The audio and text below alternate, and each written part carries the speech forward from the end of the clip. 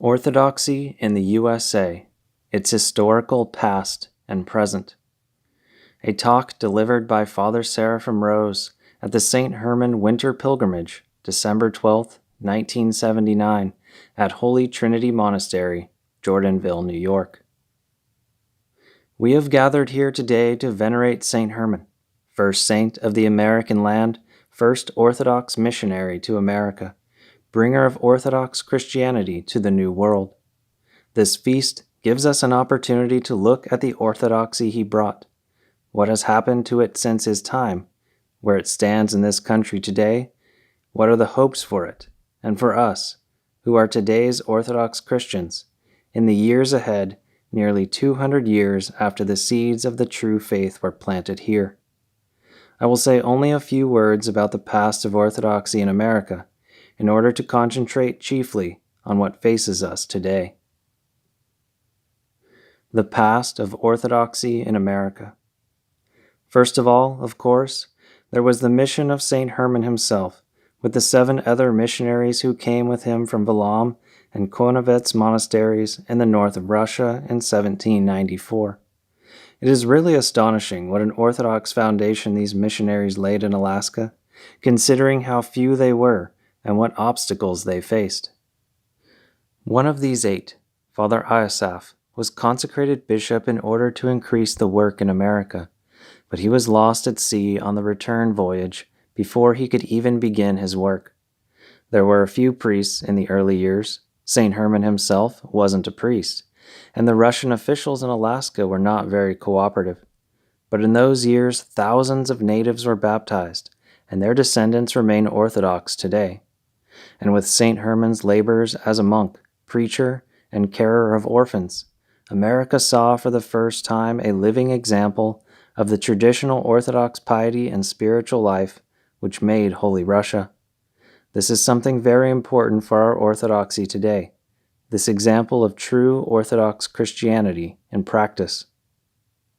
The next great Orthodox missionary in America was the Holy Hierarch Innocent of Alaska, who first as priest and then as bishop gave a classic example of Orthodox missionary activity, translating the gospel into the local languages, caring for the bodies as well as the souls of the flock of his vast missionary territory.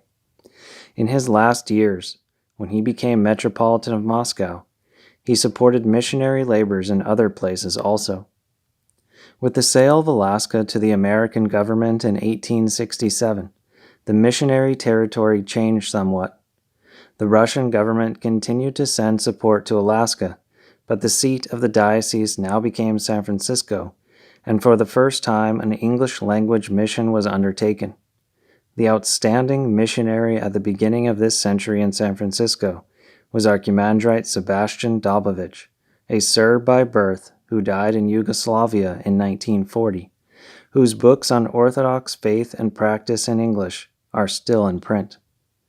Bishop Tikhon, the future Patriarch of Moscow, also greatly encouraged the English-language mission, and under him and the other Russian bishops there were missions also for other national groups, Syrians, Serbs, etc. However, even at this time the beginnings of weaknesses could be noted. America is a vast land. The Russians and other Orthodox settlers were widely scattered. Priests were thinly spread, and perhaps most important of all, there were no other worldly saints like St. Herman to plant the seeds of holiness deep in the American soil. Further, the English-speaking American people were not simple like the natives of Alaska, and they already practiced some form of Christian faith. For all of these reasons, we can see the beginning, even before the Russian Revolution, of the terrible disease we see in the Orthodox jurisdictions in America today, the disease of worldliness. Outwardly, the Orthodox clergy began to look like the non-Orthodox clergy around them.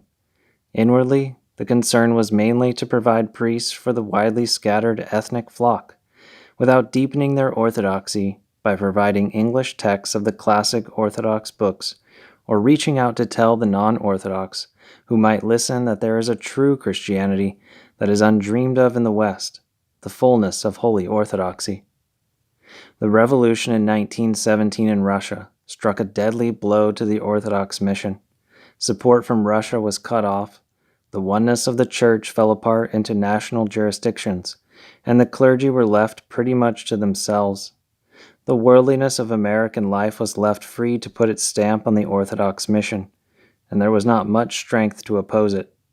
When Archbishop Vitali, later of Jordanville, came to America in the 1930s to become ruling bishop, he saw that orthodoxy in America, if left to itself, would simply turn into an Eastern Rite Protestantism. That is, it would retain some of the externals of orthodoxy, but inwardly would be scarcely different from the worldly Protestantism which is the predominant religion in America. The second wave of Russian emigration after World War II, including the transfer to Jordanville of Archbishop Vitali's whole monastic community, which he had established in Czechoslovakia, was the first major influence acting against the worldliness which had been engulfing America in the 20th century. But its influence has been mostly restricted to our Russian church outside of Russia. The other jurisdictions in America, for the most part, have continued their worldly path, and this is the chief reason for the widening difference between us and them. One has only to go into a church of one of the modernist Orthodox jurisdictions in this country to see some of the results of the worldly spirit. Pews, often organs, streamlined and sometimes dramatized services, various modern gimmicks for making money, and very often the chief emphasis is placed on ethnic rather than spiritual values, including the newest ethnic emphasis, Americanism. The churches of our Russian church outside of Russia are usually quite different, with no pews or organs, and a more old worldly kind of piety, and there has been a noticeable revival of traditional church iconography and other church arts. The traditional Orthodox influence is visible even in such external things as the way our clergy dress and the beards which almost all of our clergy have. Just a few decades ago, almost no Orthodox clergy in America had beards or wore rosas in the street, and while this is something outward, it is still a reflection of the traditional mentality which has had many inward, spiritual results also.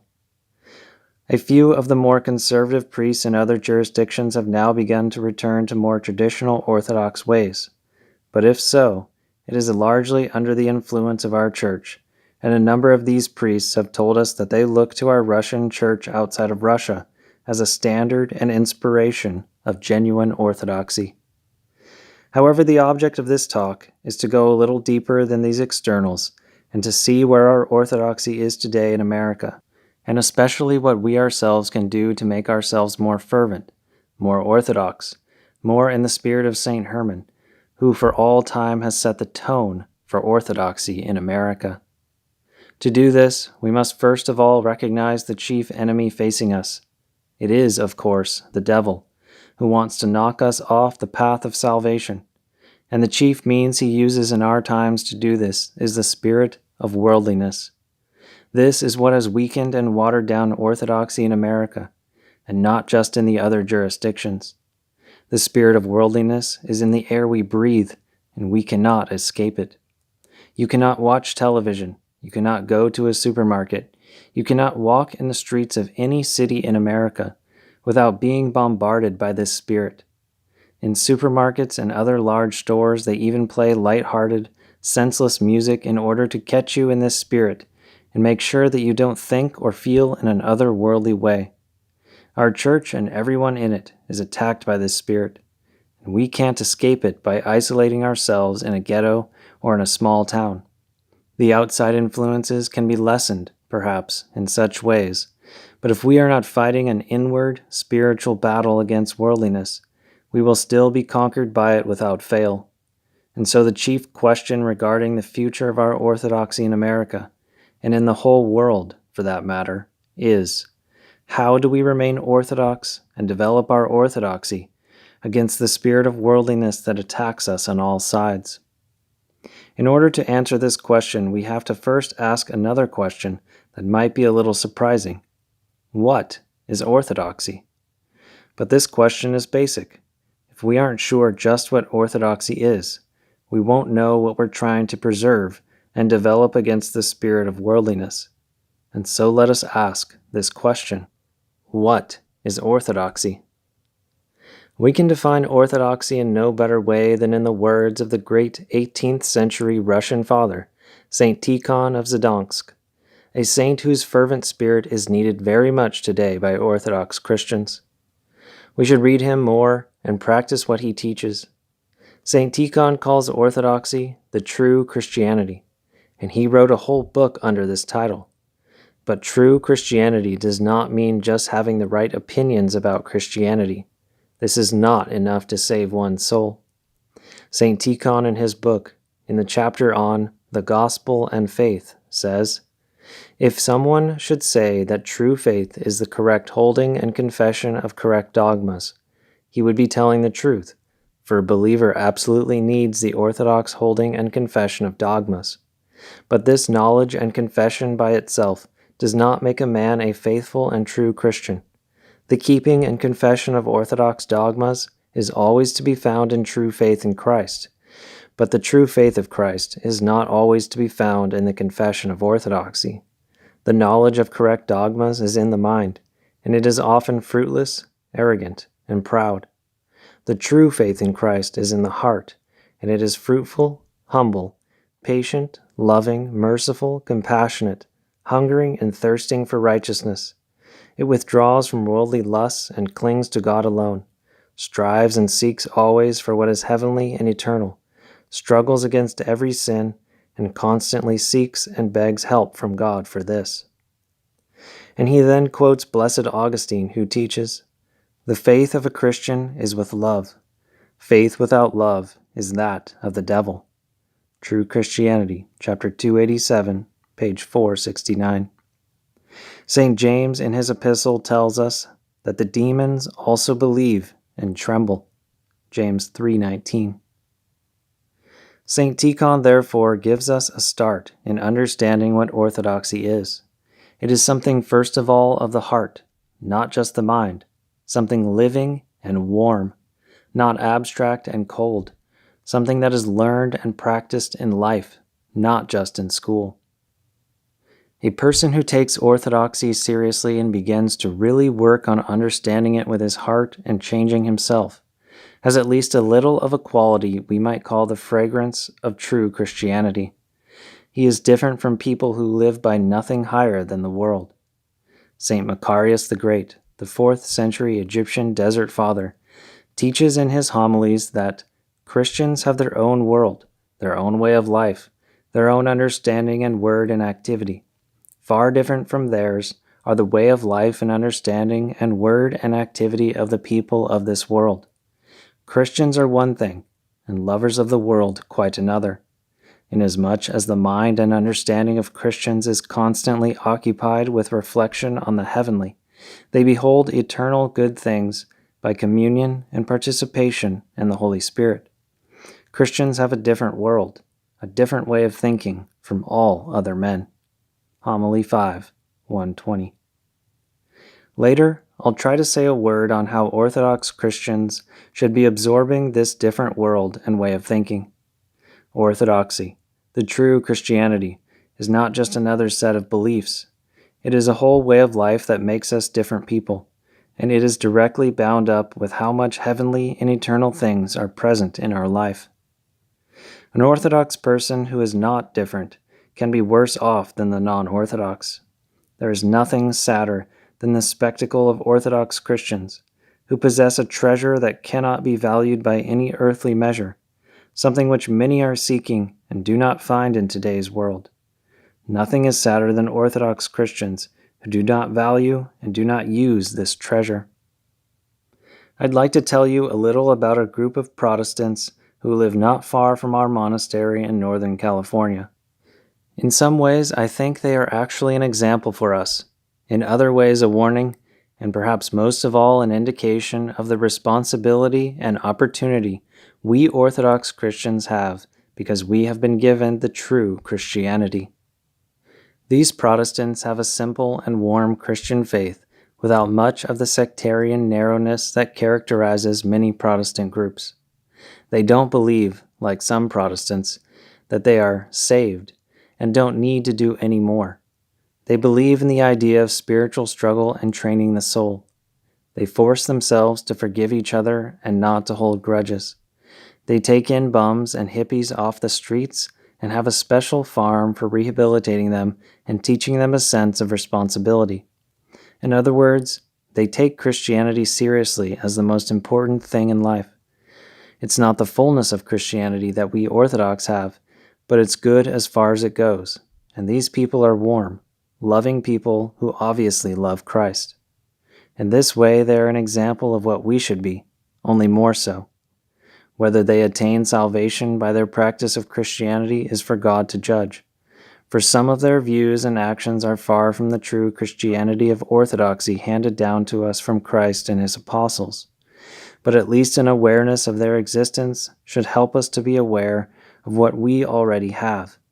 Some of our Orthodox young people, for whatever reason, they don't realize what treasure their Orthodox faith contains, are joining such Protestant groups, and some of our uninformed young people go much farther from Orthodoxy.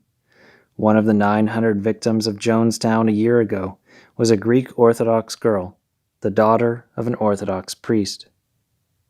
I'm telling you about these Protestants both as a warning of how Orthodox young people can lose the treasure they already have if they haven't been made aware enough of it, and more importantly, as a means of defining a little better the true Christianity we have and these Protestants don't have. Some of our Orthodox young people are converted to groups like this, but it works the other way around also. Some of these Protestants are being converted to Orthodoxy. And why not? If we have the true Christianity, there should be something in our midst that someone who sincerely loves the truth will see and want. We've baptized several people from this Protestant group in our monastery. They are drawn to Orthodoxy by the grace and the sacraments, whose presence they feel in Orthodoxy, but which are absent in their group. And once they become Orthodox, they find their Protestant experience, which seems so real to them at the time, to be quite shallow and superficial. Their leaders give very practical teachings based on the gospel, but after a while the teachings are exhausted and they repeat themselves.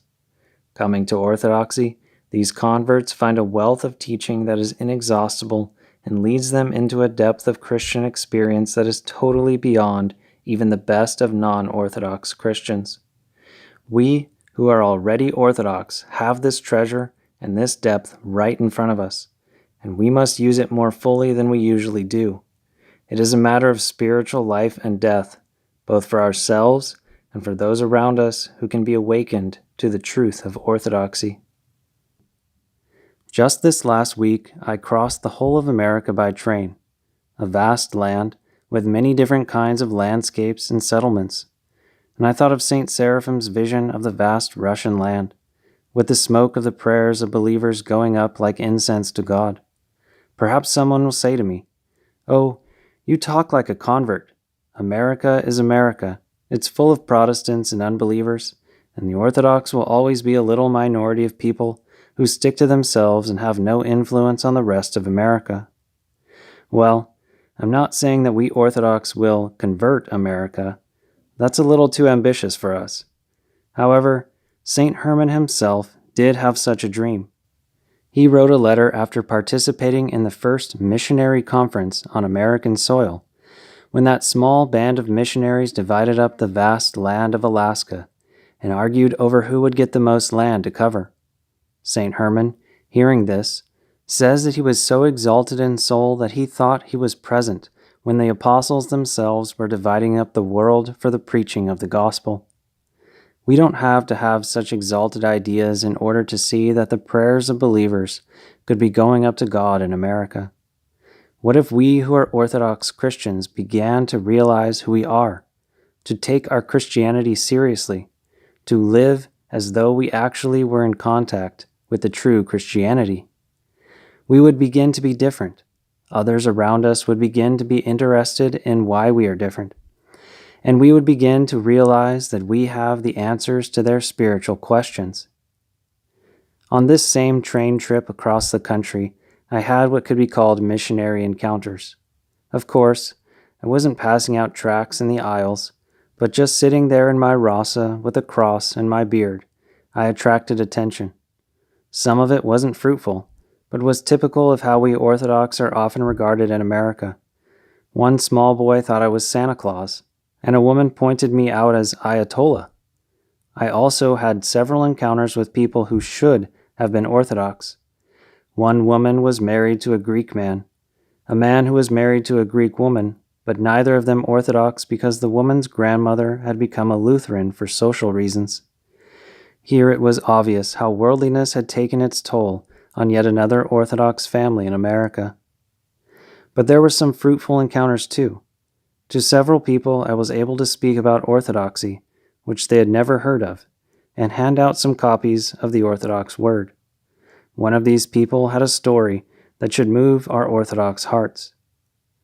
For most of the day that I was crossing vast Wyoming, full of nothing but frozen, barren land and a few antelope herds, I was talking to an intense young man who was searching for the truth after finding out that the charismatic movement is not from God.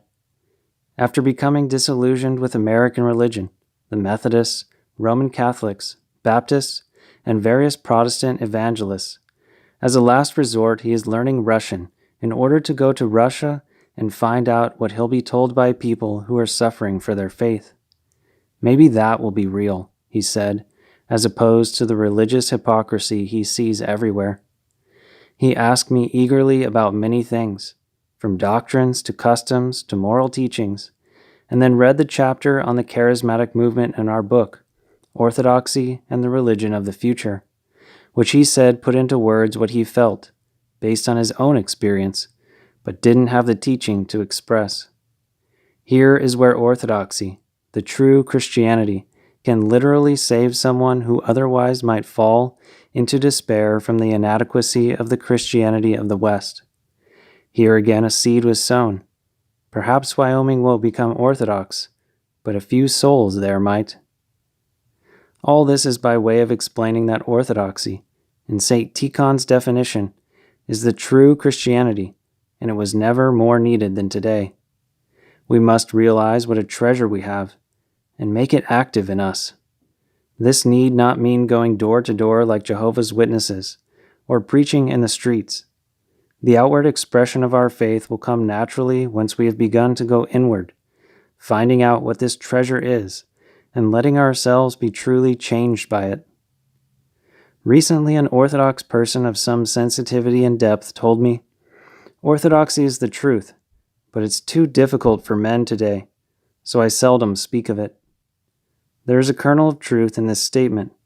Orthodoxy is difficult compared to the Western denominations, but still, anyone who is capable of wanting a demanding faith is capable of accepting Orthodoxy.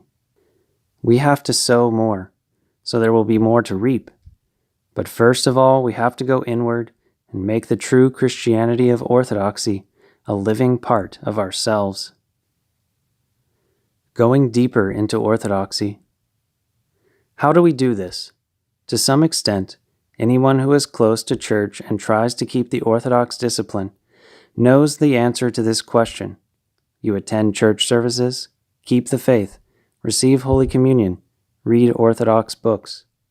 But it is possible to do all this almost mechanically, without going deeper into Orthodoxy. Therefore, first of all, we must not merely attend services and keep the outward form of Orthodoxy. We must be aware of what we are doing. If you've ever talked to an earnest Protestant or unbeliever who really wants to know what you believe and why you behave the way you do, you will understand how important this awareness is. You can literally save the soul of someone like that if you can begin, even in a little way, to open up to him the depths of Orthodox Christianity. Why do you make the sign of the cross? Why do you pray to saints? Why do you stand up in church or make prostrations during Lent? Why are you always singing, "Lord have mercy"? What is Holy Communion? Why do you confess your sins to a priest? Especially today, when we are surrounded by people who don't know the truth, but some of whom are really thirsting for it. We can't just do these things out of habit. We must be able, as the Apostle Peter says, to give an account of what we believe and do to those outside the church. There are many ways of becoming educated in Orthodox Christianity. Ask your parish priest, read books, obtain a copy of some of the church's services, and begin to enter more deeply into their meaning. Further, we must be not just aware of what our church teaches and does, we must be trying to saturate ourselves in it. Saint Seraphim, in his spiritual instructions, says that the Christian must be swimming in the law of the Lord, and this doesn't mean just making the church a little part of one's life. It means going deeper and doing more. Of course, we start a little at a time. If you have been going to church just on Sundays, you can begin to go to vigil on Saturday night and to feast day services. If you've been trying to keep the fast of Great Lent, you can begin to go to more of the very moving services of Lent, the liturgy of the pre-sanctified gifts, the canon of St. Andrew of Crete, the praises of the Mother of God. And another very important thing, you should be reading spiritual books. St. John Chrysostom goes so far as to say that a Christian who doesn't read spiritual books can't be saved. Why? Because the world, whose spirit we absorb unconsciously many hours a day, is so strong that we will almost automatically follow its ways unless we are consciously filling our minds and hearts with Christian impressions. Innumerable books exist for this purpose, both in Russian and English. First of all, the Holy Scriptures and Orthodox commentaries on them. Then the lives of saints and recent ascetics. My Life in Christ by St. John of Kronstadt. Unseen Warfare by St. Nicodemus of the Holy Mountain and Bishop Theophan the Recluse. The Spiritual Instructions of St. Abel-Tasos. The Homilies of St. Macarius the Great. The Orthodox Service Books, several of which are now in English. The Lausaic History, and the Lives and Sayings of the Desert Fathers, which are just as fresh now as when uttered 1,500 years ago. Lives of Russia's New Martyrs, Archbishop Andrew's The One Thing Needful. The monastery bookstore here can sell you these and many other books. If you have a spark of Christian fervor in you, you will be surprised how much your soul will be refreshed by reading books like these. They will give you a taste of that other worldliness without which the Christian soul withers and dies, especially in our worldly times. And of course, a central part of this going deeper into orthodoxy are the Church's medicines of confession and Holy Communion, which you should participate in as fully as possible, according to the counsel of your spiritual father. Then there are the daily opportunities for expressing Christian love, giving alms, visiting the sick, helping those in need. All of these means, if one's heart is in them, are what help to make the Christian different from the world, because they lift his eyes above this passing world to the heavenly kingdom, which is our goal as Christians. These are the positive means of going deeper into orthodoxy. There are, of course, negative things you will have to fight against as well. Once you become aware that there is an unseen warfare going on, that our Christianity is constantly being attacked by our unseen enemies, especially through the spirit of worldliness, you will begin to see also the negative things in your life that have to be changed. But with a firm understanding of the positive, inspiring side of Christian life, this struggle against negative faults and habits becomes much easier. Part of our awareness of what orthodoxy is involves knowing that this world is largely the domain of the devil, the prince of this world, who acts on our souls and hearts chiefly by the love of this passing world. But if we are struggling in an orthodox way, we are receiving the grace of God, which is the only thing that can raise us above this world that lies in evil. Some pitfalls. Now I'd like to say a word about a few of the pitfalls into which one can fall once one has begun to take up the path of fervent Orthodox Christianity. One might think, hearing about our faith, that all one has to do is to become on fire with zeal for it, and then one can enter the heavenly kingdom. But it so happens that we have an enemy, the devil, and as soon as we become fervent, the enemy comes and begins to fight. I'll speak here of 3 of the ways in which he attacks, and this will also help us to define a little more precisely what is the true Christianity of orthodoxy. The first pitfall occurs when one begins to read Orthodox books, is inspired by them, but does not apply their principles properly to one's own life. Bishop Ignatius Brianchaninov, one of the great Russian fathers of the 19th century, a beacon light for modern times, together with his contemporary, Bishop Theophan the Recluse, wrote a special book called in English The Arena for the monastics of the last times, our times, where he gives advice which all Orthodox strugglers of our times should heed. In this book he warns beginners on the monastic path not to become so exalted by some inspiring writings of the Holy Fathers, or even by the lives of saints, that one forms an impossible dream of a perfect life vividly and alluringly in his imagination, and ceases to do the humble Christian tasks right in front of him. This is a basic pitfall. One can think about living in the desert, while right in front of one there may be an excellent opportunity to practice Christianity. Someone may be in trouble, and with our high ideas, we may not even think of helping him. Or, with these same high ideas in our mind, we may begin to criticize others and be lacking in the basic Christian love, without which all our high ideas are empty.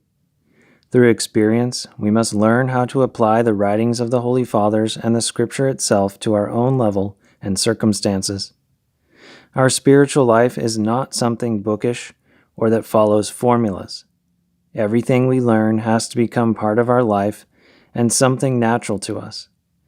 We can be reading about hesychasm and the Jesus Prayer, for example, and begin to say it ourselves, and still be blind to our own passions and unresponsive to a person in need right in front of us, not seeing that this is a test of our Christianity that comes at a more basic level than saying the Jesus Prayer. We have to read Orthodox books that are on our level.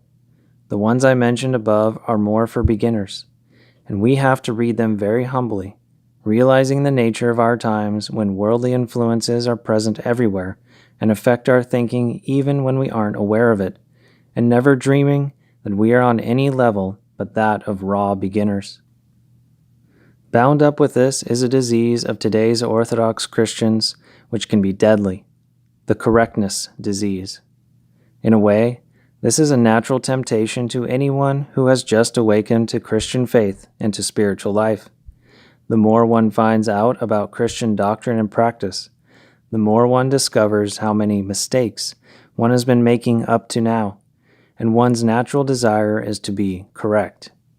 This is praiseworthy, although in the beginning one is probably going to be too artificially strict and make many new mistakes out of pride, to which we are constantly blind. If you are critical of others, self-confident in your own correctness, eager to quote canons to prove someone else is wrong, constantly knowing better than others, you have the germs of the correctness disease. These are signs of immaturity in spiritual life, and often one outgrows them if one is living a normal spiritual life. But especially in our days, the spirit of worldliness is so strong, and there is obviously so much wrong in our church life, that there is a strong temptation to make correctness a way of life, to get stuck in it. And this is not only a disease of converts.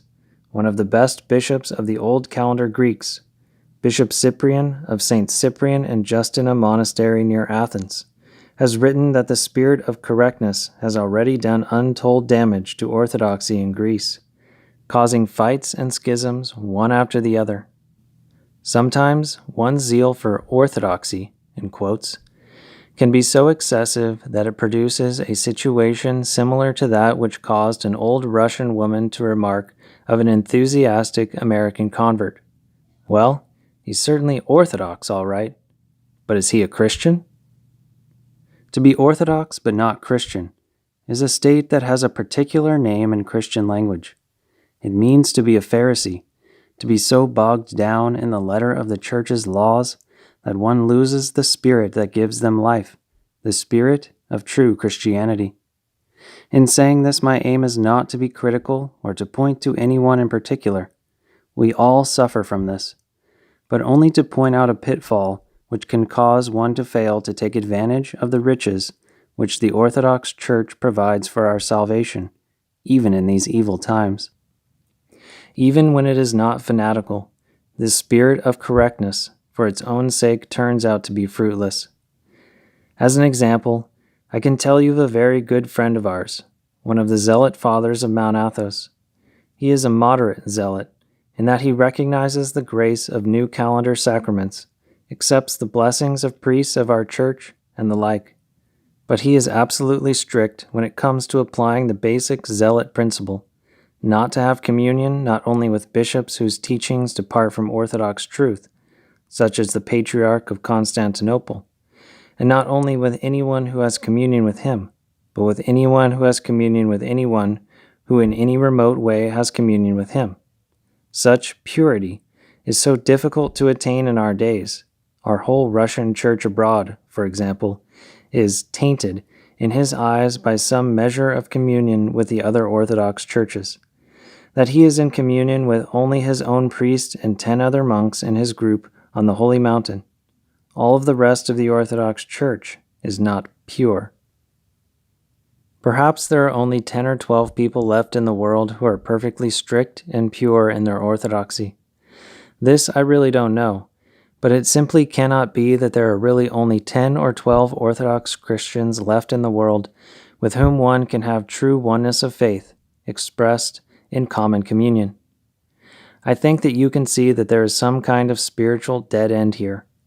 Even if we had to believe such a narrow view of orthodoxy according to the letter, our believing Christian heart would rebel against it. We cannot really live by such strictness. We must somehow be less correct and closer to the heart of Orthodox Christianity. In smaller ways, too, we can get carried away with correctness. We can like well-done Byzantine icons, which is a good thing, but we go too far if we are disdainful of the more modern-style icons which are still in many of our churches. The same goes for church singing, architecture, the following of correct rules of fasting, of kneeling in church, etc. While striving to be as correct as we can, we must also remember that these things belong to the outward side of our Orthodox faith, and they are good only if they are used in the right spirit of the true Christianity St. Tikhon talks about. Vladimir Soloviev, in his short story on Antichrist, ingeniously suggests that Antichrist, in order to attract Orthodox conservatives, will open a museum of all Christian antiquities. Perhaps the very images of Antichrist himself will be in good Byzantine style. This should be a sobering thought for us. The third pitfall I'll just mention, because it doesn't seem to be a problem in our church. This is the charismatic movement, which imagines it is acquiring the Holy Spirit by various Protestant techniques. This movement is filled with such an obvious spirit of inflated self-esteem and has so many of the characteristics of what Orthodox writers describe as spiritual deception, prelest, that I won't dwell on it here. The true Orthodox spirit is something very different. Some examples of true Christianity. After mentioning these pitfalls, I'd like to get back to the subject and mention some final ways we have in our Russian church outside of Russia today of increasing our awareness of orthodoxy and helping us to value it more and use it better. Our Orthodox faith comes down to us through tradition. This means it isn't something we just read about or rediscover through books. It is something passed on from father to son, from one generation to the next, which we see being practiced around us by our fathers and brothers in the faith. If we are in living contact with these people who are passing down the tradition, correctness will not be such a temptation for us. We will be hooked up with the tradition. This doesn't mean we must believe every opinion we hear from seemingly pious people. We have the writings of the Holy Fathers and the whole tradition of the Church to guide us if there are doubts or perplexities. Some of those who pass on the Orthodox faith have a special message for us. I'd like to mention here just 3 of those who have something to say to us. 2 of them died in the last few years, and some of you here knew them. Another is still alive. All 3 are bound up with Russia, which is now undergoing the terrible trial of atheist rule, and that also has something to say to us. The first of these men is Archbishop Andrew of Novo Divievo, who died last year after a long and full life in the Church. He was just setting out in life when the Russian Revolution broke out, and he had to rethink his whole goal in life under the changed circumstances. What is life for? And what is worth doing in life if all the normal foundations of life can be so suddenly overthrown? Having known the warmth of orthodoxy in childhood, he sought for it as an adult at first in vain, until he discovered that he himself had to go deeper and suffer for what was needed. He read Dostoevsky, which deepened his view on life. He fell in with a non-Orthodox Christian group, which had fervor but couldn't satisfy his Orthodox soul. He found a priest who opened to him the meaning behind the Church's services and customs. He read the Holy Fathers and came back to life from his earlier despair. And then he found the elders of Optina, Nectarius, who taught him what true godliness or piety is, to keep everything of God's in honor, and the elder Anatole, who gave him St. Tikhon's book on true Christianity and told him to live by it. Wherever he was, in Russia, Germany, or America, he strove to establish an atmosphere of Christian warmth where other seekers could find the peace he had found. He saw that most of our Christian life is outward and cold, and he strove always to awaken the true inward life and warmth of orthodoxy when it is deeply understood and practiced. He hated the hothouse Christianity of those who enjoy being orthodox but don't live a life of struggling and deepening their Christianity. We converts can easily fall for this hothouse orthodoxy too. We can live close to a church, have English services, a good priest, go frequently to church and receive the sacraments, be in the correct jurisdiction, and still be cold, unfeeling, arrogant, and proud, as St. Tikhon has said. In this way we will not grow because we don't have the sense of urgency and struggle that Vladika Andrew talked about. Once, when he only suspected that one of his spiritual children was growing comfortable in his orthodoxy, he took him by the shoulders and literally shook him and told him, "Don't you be a hypocrite." You can read further about Archbishop Andrew and his orthodox philosophy of life in a booklet published several years ago, The Restoration of the Orthodox Way of Life. From Vladika Andrew we can learn that orthodoxy is a matter of life and death, that it requires intense awareness and struggle, that it can't be comfortable unless it is fake. The second man I'd like to mention lived for many years right here in Jordanville. He was a philosopher, I.M. Andreev. He belonged at first to the liberal intelligentsia, and only gradually, in the first decade of the Revolution, did he come back to orthodoxy, where he found the whole philosophy of life which the Western schools could not give. His pilgrimages to Sarov, Divievo, and other monasteries in Russia just before they were closed deepened and made real his newfound faith. Then came his years of standing in the truth when he sided with the catacomb church in the terrible years of the 1920s and 30s. He was a refined and philosophical thinker, but most of all, he had an orthodox heart, and he grieved most of all at seeing how few orthodox people seemed to care deeply for God and their faith and their fellow men. In his article, Weep, after describing how a young mother in New York City brutally killed her infant son, he addresses the Orthodox people. All for one, and one for all are guilty. Let each one think of himself. What were you doing on that evening when this unbelievable yet authentic evil deed was performed?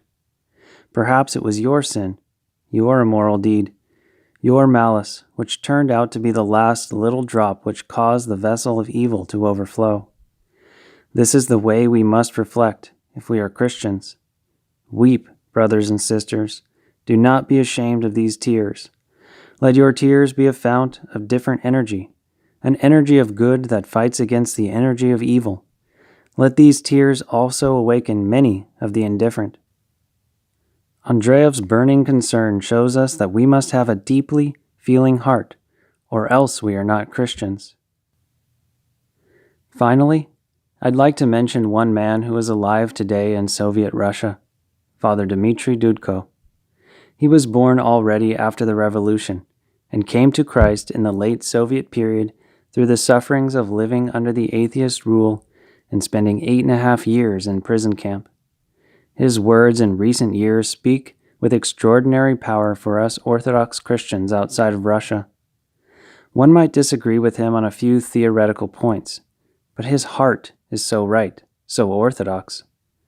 In Father Dmitry is the same concern and feeling that Andreev found largely lacking in the West, the same intensity and struggle Vladika Andrew preached.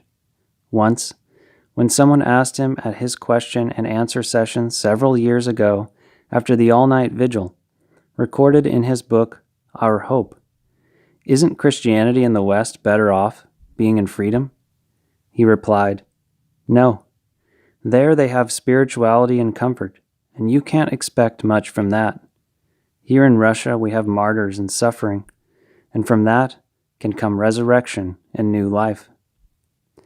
Actually, if you take seriously what Orthodox teachers like Archbishop Andrew, Andreev, and Father Dmitry are saying, you can come to think there isn't much hope for us. We're too soft, too unaware, too shallow, too outward. Well, it's good to think like that.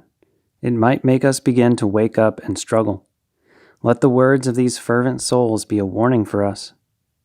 We are in a privileged position of peace and freedom, and this is dangerous for us. We can sit in the midst of our Orthodox treasures, the treasures that give salvation that no one else has, and be satisfied with our situation and so be totally fruitless. If we have difficulty in being Orthodox, then let us rejoice, for that means we must struggle, and there is hope that we won't wither and die spiritually. Often, we have the wrong idea about our situation.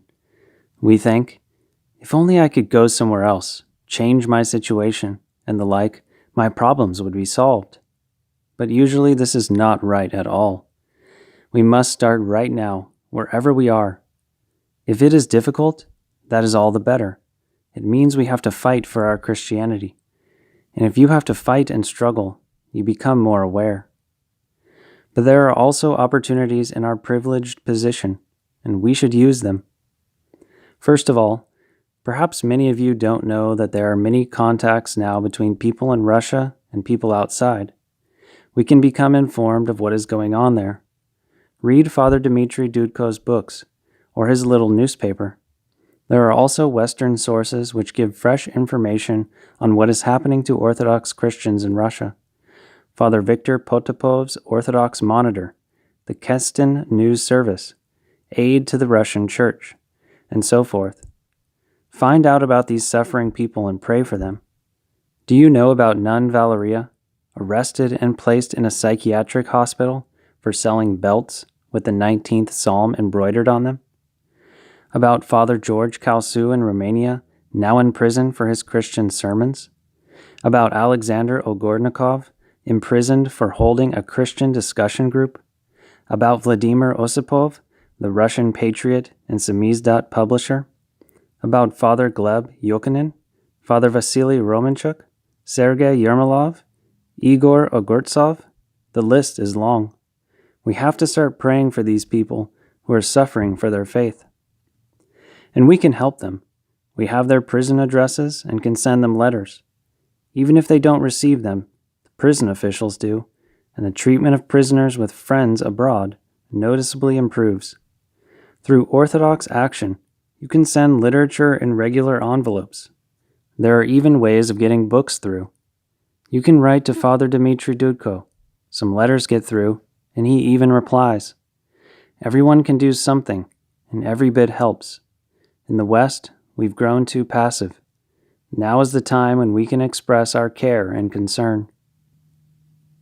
Perhaps even more, we can learn from the suffering people of Russia and other communist countries. I don't want to frighten you, but we'd better face the fact that what they're suffering now, or something similar, is probably coming here, and soon. We're living in the last times. Antichrist is close, and what happens in Russia and other countries like it is the normal experience for our times. Here in the West, we're living in a fool's paradise, which can and probably will soon be lost. Let's start to prepare, not by storing food or such outward things that some are already doing in America, but with the inward preparation of Orthodox Christians. Have you ever asked yourself, for example, the question how you will survive if you are placed in prison or concentration camp, and especially in the punishment cells of solitary confinement? How are you going to survive? You will go crazy in a very short time if your mind has nothing to occupy itself with. What will you have in your mind? If you are filled with worldly impressions and have nothing spiritual in your mind, if you are just living from day to day without thinking seriously about Christianity and the church, without becoming aware of what orthodoxy is, and you are placed in a situation like solitary confinement where there is nothing to do, nowhere to go, no movies to see, just staying in one spot facing four walls, you will scarcely survive. The Romanian Protestant pastor, Richard Wurmbrand, has a tape devoted to this subject which is very interesting. In a crisis situation like that, when all our books and outward props are taken away, we can depend on nothing except what we've acquired within ourselves. He says that all the Bible verses he knew didn't help him much. Abstract knowledge of dogmas didn't help much. What is important is what you have in your soul. You must have Christ in your soul. If he is there, then we Orthodox Christians have a whole program which we could use in prison. We can remember the Orthodox calendar, which saints and feasts are commemorated when. We don't have to know the whole calendar, but from our daily life in the church, we will remember the milestones of the church year. Whatever we have stored up in our hearts and minds will come back to us. Whatever prayers and hymns we know by heart will help us. We will have to sing them every day. You will have to have people to pray for. The worldwide dispersion of our Russian church abroad is ideal for this. You can go over the whole globe in your mind, one country or continent at a time, and pray for those you know, even if you can't think of their names, bishops and abbesses, parishes and priests, both Russian and missionary, the monasteries in the Holy Land, prisoners in Russia and Romania, and other lands under the atheist yoke, the missions in Uganda and elsewhere in Africa where it is very difficult, the monks of Mount Athos, the suffering old calendarists of Greece. The more of these you are aware of and praying for now, the better it will be for you when you have to suffer yourself, the more you will have to take with you into prison. As Andreev says, it is one for all and all for one. We are involved in practicing our Christianity in a world that has become atheist, whether or not open persecution is going on. Every Christian has a talent from God, and he will ask what we have done with what he gave us. In Soviet Russia and other communist countries, there is the talent of suffering for Christ and being faithful in the midst of trials. In the free world, the talent given most of us is the talent of freedom. We have been given the freedom to practice our faith and the opportunity through our abundance of Orthodox texts to become fully aware of it and deepen it within ourselves. But this orthodoxy must be the true Christianity that St. Tikhon describes, the orthodoxy not of the mind, but of the heart. This kind of orthodoxy cannot be acquired overnight. It requires suffering, experience, testing. But first of all, it requires resolve. If each one of us puts this resolve in his heart, if we take our Christian faith seriously and resolve to be faithful to it, there can be a literal resurrection of true Christianity in our midst, something that Father Dmitry Dudko and others mention as beginning to happen in Russia. Let me end with the words of St. Herman, whose feast we are celebrating. He also was one of those concerned ones who made full use of the opportunities given them. In the famous incident when he asked the officers of a ship what they loved most of all, and then put them to shame by telling them that only God is worth loving so much, he ended his instruction with these words, which you will find on some icons of St. Herman. From this day, from this hour, from this minute, let us love God above all. A very simple thing, which is exactly what we all must do. May God give us the strength for it, by the prayers of his great saint, Herman of Alaska. Amen.